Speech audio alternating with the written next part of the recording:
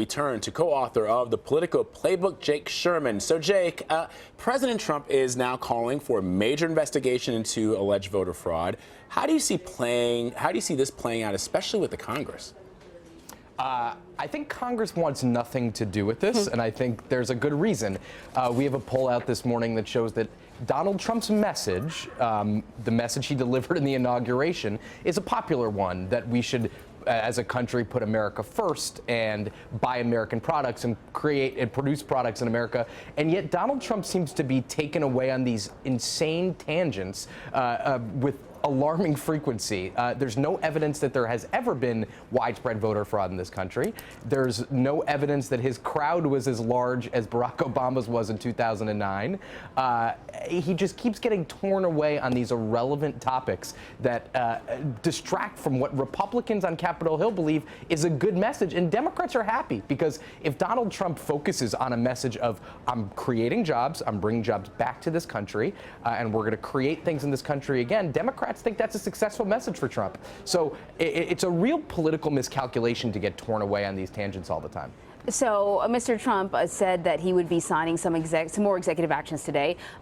They range of topics, limiting immigration, restricting refugees from entering the U.S. from certain countries, and for building a border wall. How far do we expect these actions to actually go? Far. Donald Trump, if he's doing one thing successfully, it's keeping his campaign promises.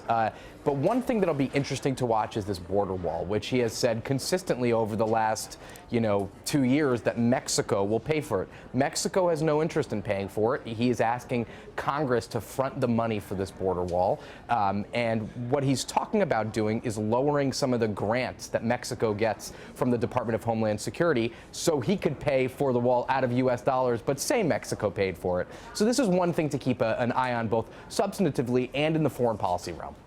Jake, President Trump has also been meeting with business leaders this week. We spoke earlier with Alan Murray from Fortune. He said that Mr. Trump is using the bully pulpit to get companies to keep jobs in the United States.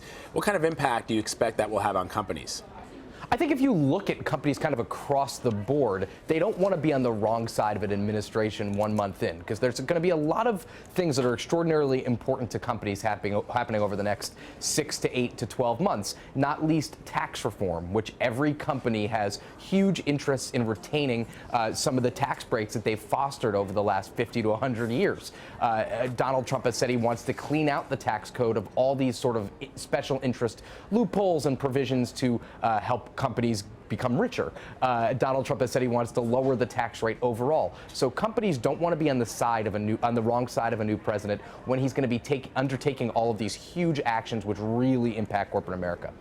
Jake, I want to ask you one last question on the president's tweet earlier about the investigation into his claims of voter fraud. What are your sources telling you, if any, that on one hand, you have no evidence of any kind of voter fraud occurring the way that Mr. Trump is suggesting, and on the other, his refusal, he accepted, I guess, the fact that the CIA, the FBI, and the DNI have said that there was a hack into our election process, not necessarily the ballot boxes, but they did try to influence the election. He sort of admitted that, but hasn't been as willing to go along with those intelligence services as he is with this unsubstantiated claim. What are you hearing about how people on the Hill are reacting to that?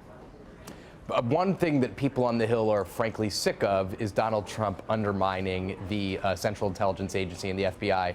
Donald Trump put someone from Congress at the CIA, Congressman Mike Pompeo, who was confirmed this week, and that should help alleviate some concerns on Capitol Hill. I think overall, speaking very broadly, Republicans on Capitol Hill do not want to focus on any of these kind of side issues. They're gathering today in a couple hours here in Philadelphia for their annual legislative retreat. Donald Trump's going to be coming tomorrow to speak to Republicans in the House and Senate, and that's what they want to focus on. They want to focus on their legislative plan for the next 12 months and forget all these side issues for good, I think is the main message that I hear behind the scenes from House and Senate Republicans. All right, we'll have to see. Jake Sherman, we thank you as always, my friend. Indeed. Thank you.